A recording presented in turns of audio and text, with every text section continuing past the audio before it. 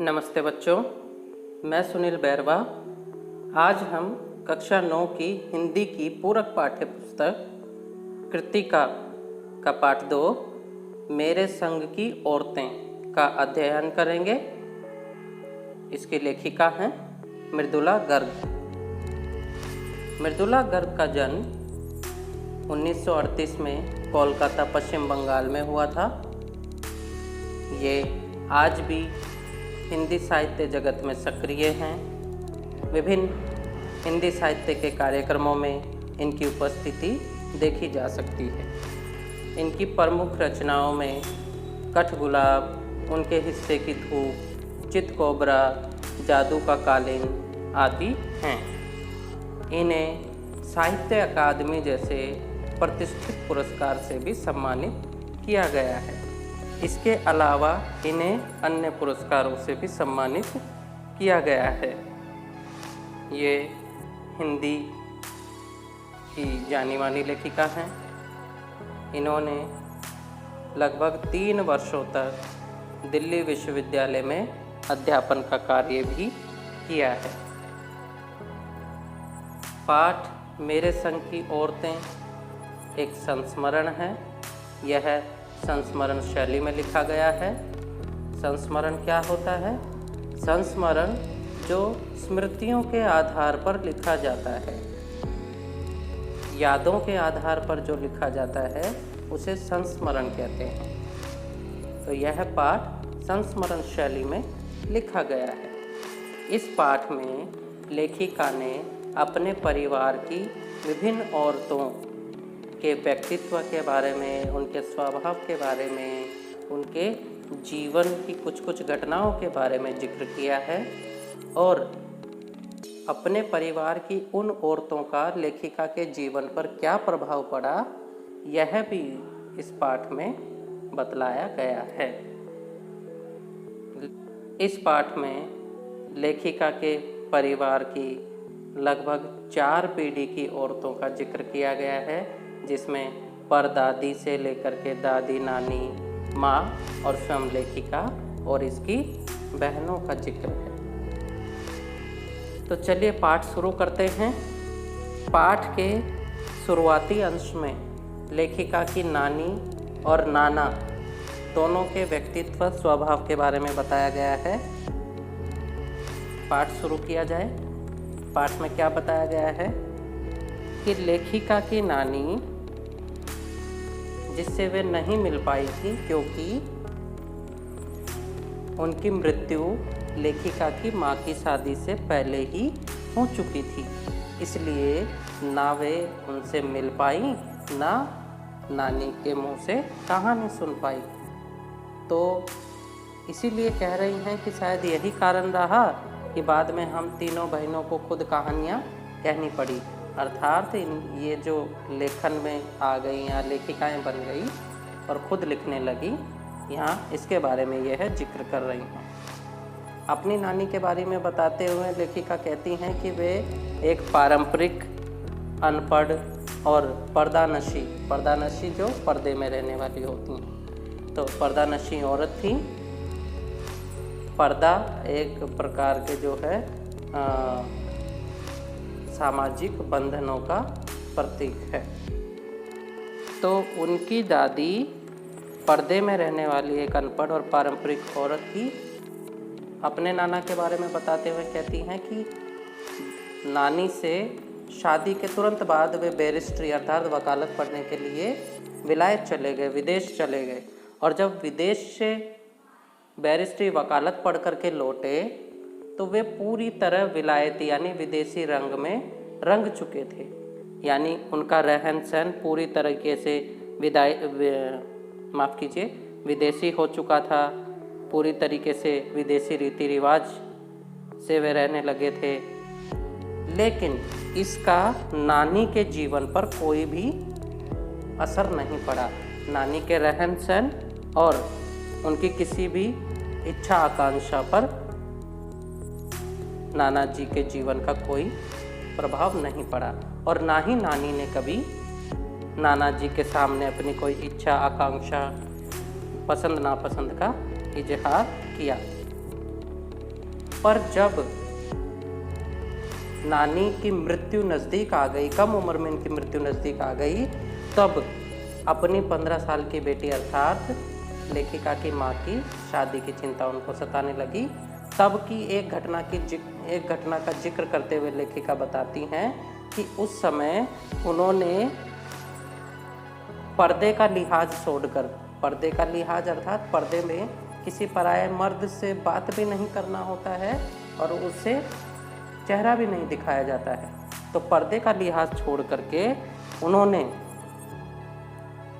अपने पति से कहा, नाना जी से कहा कि वे उनके दोस्त प्यारेलाल शर्मा जी से मिलना चाहती है, जो कि एक स्वतंत्रता सेनानी भी थे। यानी उस समय नानी मुंह जोर हो उठी, बहुत बोलने लग गई। क्यों? क्योंकि उन्हें अपनी बेटी की शादी की चिंता सताने लगी। तो लोगों को हैरानी हुई कि जिस औरत ने कभी पराये मर्द से तो क्या खुद के मर्द से अच्छे से बात नहीं की, आज वह सीधा किसी पराये मर्द से मिलने की बात कर रही है। परंतु इससे भी ज़्यादा हैरानी की बात तब हुई जब प्यारेलाल शर्मा जी से उन्होंने कहा कि आप मुझे वचन दीजिए कि मेरी बेटी के लिए वर आप तय करेंगे। मेरे पति तो साहब हैं और मैं नहीं चाहती कि मेरी बेटी की शादी साहबों के फरमाबरदार होता है आज्ञाकारी, जो साहबों की आज्ञा माने, तो मैं नहीं चाहती कि मेरी बेटी की शादी साहबों के फरमाबरदार से हो, साहबों के आज्ञाकारी लोगों से हो। इसलिए आप अपनी तरह ही कोई आज़ादी का सिपाही ढूंढ करके इसकी शादी करवा दीजिएगा। तो इस घटना पर लेखिका लिखती हैं कि कौन कह सकता था कि जिस औरत ने कभी आज़ादी से बोलना भी नहीं सीखा, यानी आज़ादी से पूरी तरह बेखबर औरत के मन में आज़ादी का ऐसा जुनून होगा। लेकिन अंत में बाद में लेखिका लिखती हैं कि अपने जीवन को या अपनी ज़िंदगी को अपने ढंग से जीने में भी एक ख़ास किस्म की आज़ादी है। चाहे इसमें क्रांतिकारी कुछ ना रहा हो, लेकिन अपने जीवन को अपने ढंग से जीने में भी एक ख़ास किस्म की आज़ादी है। और लेखिका की नानी ने अपने जीवन को अपने ही ढंग से जिया था। वे कभी भी नाना जी के विलायती रहन सहन या विलायती तौर तरीक़ों में कभी भी वे शामिल नहीं हुई। ना ही यहाँ एक अच्छी बात हम यह भी कह सकते हैं कि ना ही नाना जी ने उनको विलायती तौर तरीक़ों में यानी विदेशी तौर तरीक़ों को अपनाने के लिए मजबूर किया। पाठ के अगले अंश में लेखिका अपने माँ और पिताजी के बारे में बताती हुई लिखती हैं कि नानी के वचन के अनुसार उनकी शादी एक क्रांतिकारी होनहार लड़के से हो गई। अब क्रांतिकारी लड़का था तो आज़ादी के आंदोलन में हिस्सा लेने के अपराध में उन्हें आईसीएस की परीक्षा में बैठने से भी रोक दिया गया। आईसीएस आज़ादी से पूर्व इंडियन सिविल सर्विसेज भारतीय सिविल सेवा की परीक्षाएं होती थी और इनके पिताजी के पास पुश्तैनी पैसा संपत्ति कुछ नहीं था और यही कारण था कि इनकी माँ को साधारण जीवन उच्च ख्यालों के साथ जीने पर मजबूर होना पड़ा। उसकी एक घटना, साधारण जीवन की एक घटना या एक प्रसंग का वर्णन करते हुए लेखिका लिखती हैं कि उन्हें खादी की साड़ी पहनना बिल्कुल भी पसंद नहीं था, लेकिन फिर भी वे रात रात भर जाग करके उसे पहनने का अभ्यास करती थी ताकि दिन में लोगों के सामने शर्मिंदगी ना उठानी पड़े। वे कुछ नाजुक थीं। आगे लेखिका यह बताते हुए लिखती हैं कि माँ को अपने अनुसार जीवन जीने में उनकी दादी माँ का पूरा सहयोग मिला और परिवार में किसी ने भी उन्हें उनके अनुसार जीवन जीने में रोक टोक नहीं की, किसी ने भी उन्हें बदलने पर मजबूर नहीं किया। अच्छा, क्यों नहीं किया? आगे जो है इसकी वजह बताते हुए लेखिका लिखती हैं कि इसका कारण यह था कि हिंदुस्तान के बाकी निवासियों की तरह माँ के ससुराल वाले भी अंग्रेज़ों के वश में थे, उनसे काफ़ी प्रभावित थे। और दूसरा, स्वतंत्रता आंदोलन में भाग लेने वाले या आज़ादी की जंग लड़ने वाले ही अंग्रेज़ों के सबसे बड़े प्रशंसक थे, चाहे वे गांधी हों, नेहरू हों या मेरे पिताजी के घर वाले। इनके नाना तो खुद एकदम पक्के साहब लगते थे। वे केवल जात से हिंदुस्तानी थे, लेकिन चेहरे मोहरे और रहन सहन, रंग ढंग, पढ़ाई लिखाई सब में वे अंग्रेज थे। अपनी माँ के बारे में वे लिखते हुए बताती हैं कि उनकी माँ खूबसूरती, नजाकत, गैर दुनियादारी के साथ ईमानदारी और निष्पक्षता में कुछ इस तरह घुली मिली थी कि वे परी जात से कम जादुई नहीं मालूम होती थी, यानी परियों की जात से बिल्कुल भी कम मालूम नहीं होती थी। आगे अपनी माँ के बारे में लिखती हुई लेखिका कहती हैं कि वे घर का कोई भी ठोस काम नहीं करती थी, लेकिन घर के प्रत्येक काम में उनकी ज़बानी राय जरूर मांगी जाती थी और पत्थर की लकीर की तरह उनकी राय का पालन भी किया जाता था, यानी वह राय निभाई भी जाती थी। लेखिका आगे कहती हैं कि माँ ठोस काम नहीं करती थी, पर ठोस काम करने का यह मतलब नहीं है कि उनमें आज़ादी का जुनून नहीं था। उनमें आज़ादी का जुनून भरपूर था और वे उसे अपने तरीके से निभाती भी थीं। जैसे तैसे किसी से पूछ करके अपने तरीके से उसको वे निभाती थीं। परंतु अपनी माँ और अपने संबंधों की चर्चा करते हुए लेखिका कहती हैं कि उनकी माँ बिल्कुल भी भारतीय माँ जैसी नहीं थी। भारतीय माँ क्या होती है कि बच्चों को पाल पोस कर बड़ा करती हैं, उनको लताड़ भी लगाती हैं, उनको अच्छी अच्छी शिक्षा देती हैं, उनको जो है घर बार के काम सिखाती हैं। तो इस प्रकार लेखिका की माँ भारतीय माँ जैसी बिल्कुल भी नहीं थी। कभी भी उन्होंने लेखिका या इनकी बहनों को लाड नहीं किया, कभी इनके लिए खाना नहीं पकाया, जबकि ये सारे कार्य कौन करती है? माँ करती हैं। कभी भी इनके लिए खाना नहीं पकाया और ना ही अच्छी पत्नी और बहू बनने की सीख दी। कुछ अपनी, अब इसके कारण बता रही है कि यह या तो कुछ उनकी अपनी बीमारी के चलते भी वे घर बार नहीं संभाल पाई, और बाकी उनका ज़्यादा इन कामों में रुचि नहीं थी। उनको घरेलू कार्य में बिल्कुल भी रुचि नहीं थी। उनका ज़्यादातर वक्त जो है साहित्य चर्चा, किताबें पढ़ने या संगीत सुनने में बीतता था, और ये सब वे बिस्तर पर लेटे लेटे किया करती थीं। ससुराल के अन्य लोग भी उनको किसी काम के लिए नहीं टोकते थे, ना उनसे आम औरत की तरह होने की अपेक्षा करते थे। इसका कारण क्या था? लेखिका कहती हैं कि क्या कारण था कि ससुराल के अन्य लोगों का भी उनको सहयोग मिला। इसके वे दो कारण बताती हैं। वे बताती हैं कि वे कभी झूठ नहीं बोलती थीं। पहला कारण तो ये कि वे कभी झूठ नहीं बोलती थीं, और दूसरा कि वे एक की गोपनीय बात को दूसरे पर जाहिर नहीं होने देती थीं। तो पहले कारण के कारण तो उन्हें घर वालों का आदर मिला, और दूसरे के कारण उन्हें बाहर वालों की दोस्ती मिली। अपने और माँ के संबंधों के बारे में बताते हुए लिखती हैं कि दोस्त वे हमारी भी थीं। माँ की भूमिका तो हमारे पिताजी बखूबी निभा देते थे। मुझे याद है कि बचपन में भी हमारे घर में किसी की चिट्ठी आने पर कोई उससे यह नहीं पूछता था कि उसमें क्या लिखा है, भले वह एक बहन की दूसरी बहन के नाम ही क्यों ना हो। और माँ यह जानने को बेहाल हो कि बीमारी से वह उबरी या नहीं। तो छोटे से घर में 6 बच्चों के साथ सास ससुर आदि के रहते हुए भी हर व्यक्ति को अपना निजत्व बनाए रखने की छूट थी।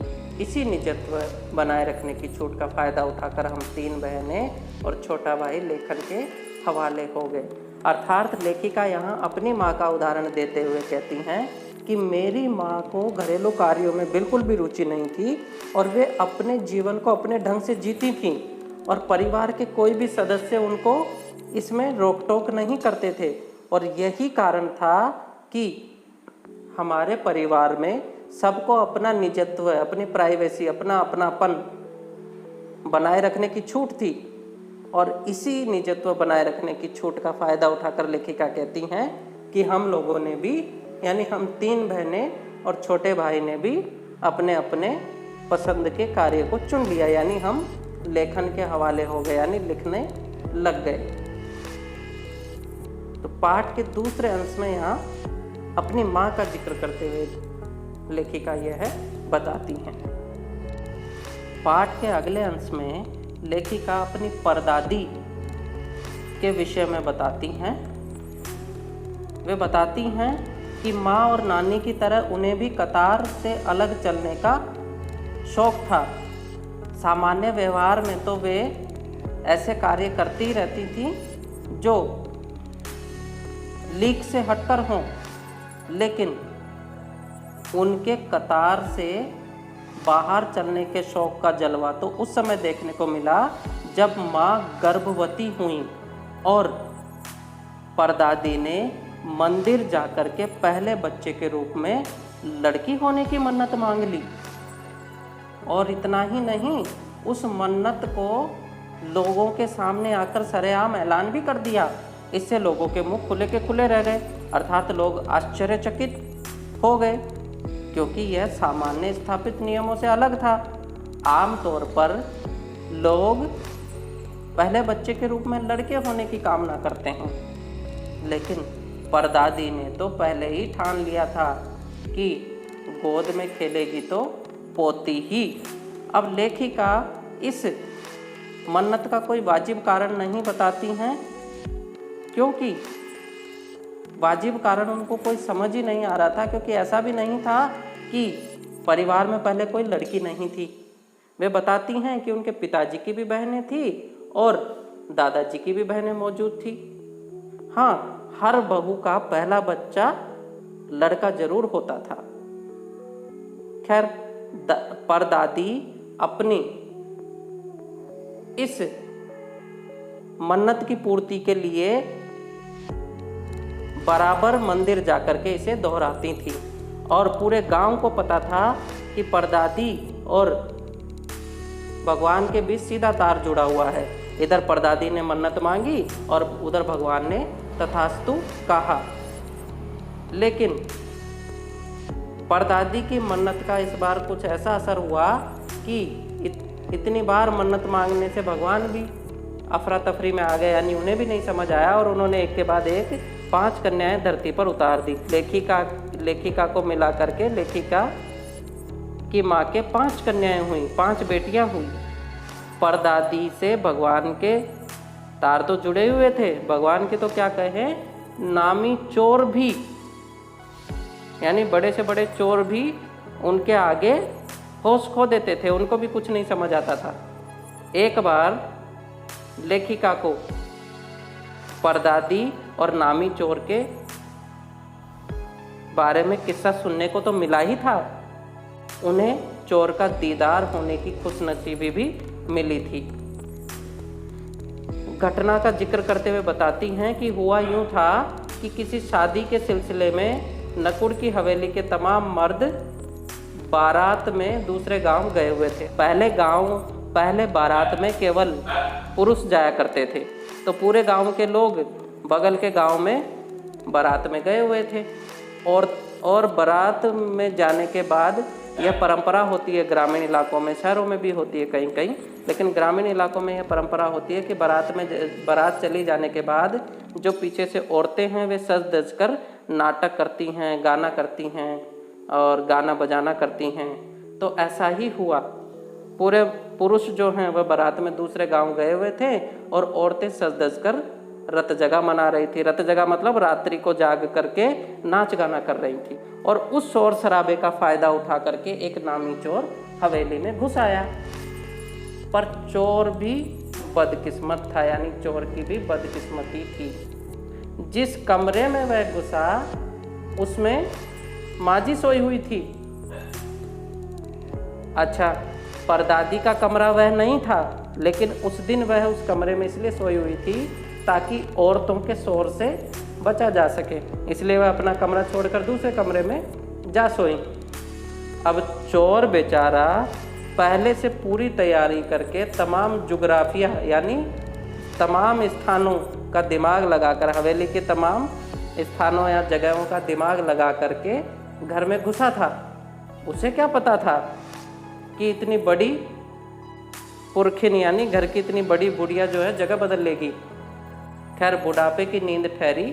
बुढ़ापे की नींद कच्ची होती है, तो बुढ़ापे की नींद परदादी की थी, तो वह चोर के दबे पाँव की आहट से तुरंत खुल गई। परदादी ने पूछा, कौन? तो चोरों का युगों से चला आ रहा, यानी हड़बड़ी में जो उनके मुंह से जवाब निकलता है वह कि जी मैं। तो माँ जी ने कहा, पानी पिला। जी मैं, चोर झिझक कर कहता है। तब तक माँ जी बिस्तर के बराबर में टटोल कर देख चुकी थी।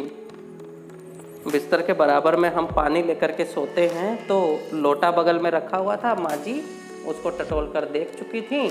उन्होंने देखा कि लोटा खाली है। उन्होंने चोर को कहा कि ये ले लोटा और जा कुएं से पानी भर ला, पर देख कपड़ा कसकर बांधे रखियो और तरीके से छानियो। चोर घबरा गया कि अंधेरे में इन्होंने कैसे जाना कि उसके मुंह पर कपड़ा बंधा है और कमर में भांग। मतलब दादी माँ किसी और विषय में बात कर रही थी और चोर को लगा कि उसकी कमर में जो भांग बंधी हुई है और मुंह पर कपड़ा बंधा हुआ है, दादी माँ उसके बारे में बात कर रही हैं। चोर को दादी माँ के यानी परदादी के भगवान से तार जुड़े होने की खबर थी, पर वो सोचने लगा कि क्या बुढ़िया भी भांग छानती होगी। भांग को जब घोलते हैं पानी में तो उसे छानते हैं, कपड़े से छानते हैं। तो चोर सोचने लगा कि क्या बुढ़िया भी भांग छानती होगी। तो इसी से वह हैरान परेशान हो उठा। लेकिन इतने में ही परदादी कहती हैं कि जल्दी कर भाई, मुझे प्यास लगी है। पर मैं तो चोर हूँ। यानी घबराहट के मारे जल्दीबाजी में चोर कह गया कि मैं तो चोर हूँ।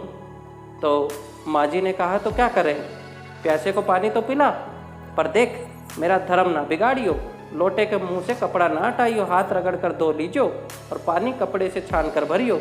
अर्थात परदादी जो है वह लोटे के ऊपर कपड़ा बांध करके पानी छानने के लिए, कुएं से जो पानी निकाला जाता है उसको बर्तन में छान कर भरते हैं, ताकि क्योंकि कुआं ऊपर से ढका हुआ नहीं होता, खुला हुआ होता है, तो ताकि जो कचरा वगैरह है वह पानी से अलग हो जाए, तो इसलिए पानी को छान कर भरा जाता। तो यही परदादी चोर से कहने लगी कि छान कर भरियो और हाथ को रगड़ कर धो लियो और इस लोटे के मुंह से कपड़ा ना हटाइयो। चोर ने कहा, आप चोर के हाथ का पी लोगी?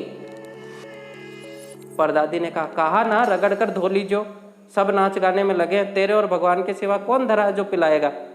अर्थात उसने कहा, परदादी ने कहा कि तेरे और भगवान के अलावा कौन है जो मुझे पानी पिलाएगा, अभी तो सब नाच गाने में लगे हुए, कोई सुनेगा भी नहीं। भगवान वहीं कहीं उसके बराबर में धरे हैं। सुनकर चोर कुछ ऐसा अकबकाया, यानी घबरा गया और लोटा उठाकर चल दिया और पूरी एहतियात के साथ पानी भर करके लोटा, पर पहरेदार ने उसे धर दबोच लिया क्योंकि उसे कुएं पर देख लिया था। तब माँ जी ने लोटे का आधा पानी खुद पी करके बाकी चोर को पिला दिया और कहा कि एक लोटे से पानी पीकर हम माँ बेटे हुए, अब बेटा चाहे तो तू चोरी कर चाहे खेती। बेटा बेचारा किस लायक रह गया होगा, सो रोमांचक धंधा छोड़ खेती से लगा, सालों साल लगा रहा। जब मैंने उसे देखा तो बड़ा भला मानुस बूढ़ा लगा, मुझे डरा डरा हैरान सा। अर्थात लेखिका को जब उस चोर के दर्शन हुए तब तक वह भला मानुस और बूढ़ा भला मानुस और डरा डरा सा दिखाई दिया। तो परदादी जो है, परदादी ने चोर को भी अपने तरीके से सुधार दिया, यानी उसका भी हृदय परिवर्तन कर दिया। लेखिका आगे कहती हैं, अपनी परदादी और नानी के स्वभाव से किस प्रकार प्रेरित हुई उसके बारे में बता रही हैं। वे कह रही हैं कि नानी के कारण तो उन्हें आज़ादी का जुनून मिला और परदादी के कारण उन्हें लड़की होने पर कभी भी हीन भावना महसूस नहीं हुई। आमतौर पर लोग लड़कियों को हीन समझते हैं, लड़कों से कमतर आंकते हैं, लेकिन परदादी के कारण उन्हें लड़की होने पर भी हीन भावना महसूस नहीं हुई, अर्थात उनको सम्मान मिला। पाठ का शेष भाग अब हम अगले वीडियो में पढ़ेंगे।